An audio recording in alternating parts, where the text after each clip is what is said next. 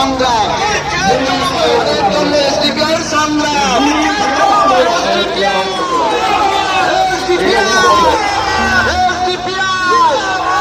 সংবিধানের উপকার ভীমরাও আম্বেদকরের অবমাননাকারী অমিত শাহের অবমাননা পদত্যাগ চাই।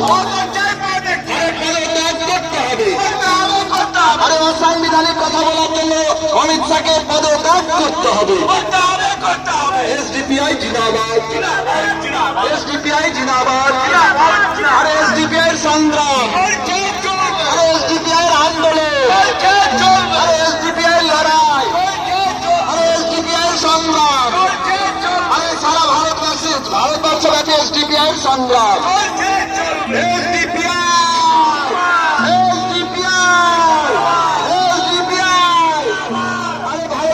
সংবিধানের রক্ষাকর্তা ভীমরাও আম্বেদকরের অবমাননাকারী অমিত শাহের পদত্যাগ চাই। আর অবিলম্বে স্বরাষ্ট্রমন্ত্রী থেকে পদত্যাগ করতে হবে। আর অবিলম্বে অমিত শাহকে স্বরাষ্ট্রমন্ত্রী থেকে পদত্যাগ করতে হবে। নরেন্দ্র মোদীকে অবিলম্বে অমিত শাহের পদত্যাগ করাতে হবে। ভারত ভীমরাও আম্বেদকর জিন্দাবাদ, ভীমরাও আম্বেদকর জিন্দাবাদ, বাবা সাহেব আম্বেদকর জিন্দাবাদ, ভারতের সংবিধান জিন্দাবাদ, ভারতের সংবিধান জিন্দাবাদ, সম্মানমন্ত্রী জিন্দাবাদ, ভারতের সম্মানমন্ত্রী জিন্দাবাদ।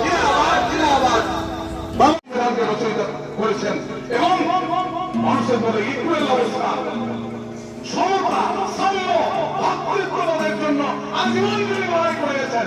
এই রকম বিক্রি করার আগে উল্টো পাল্টা কমিশন কথা বলে এই বিষাক্ত সাপ, এরা বিষাক্ত সাপ কামড় দিয়েছে।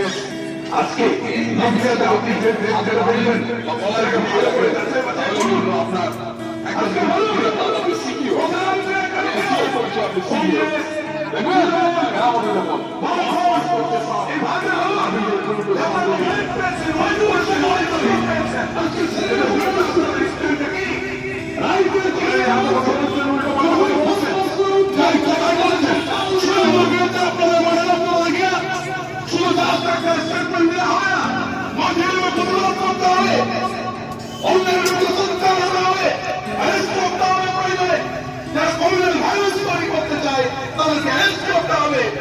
তার জন্য তাদের অ্যাক্টিভিটি কোথায়?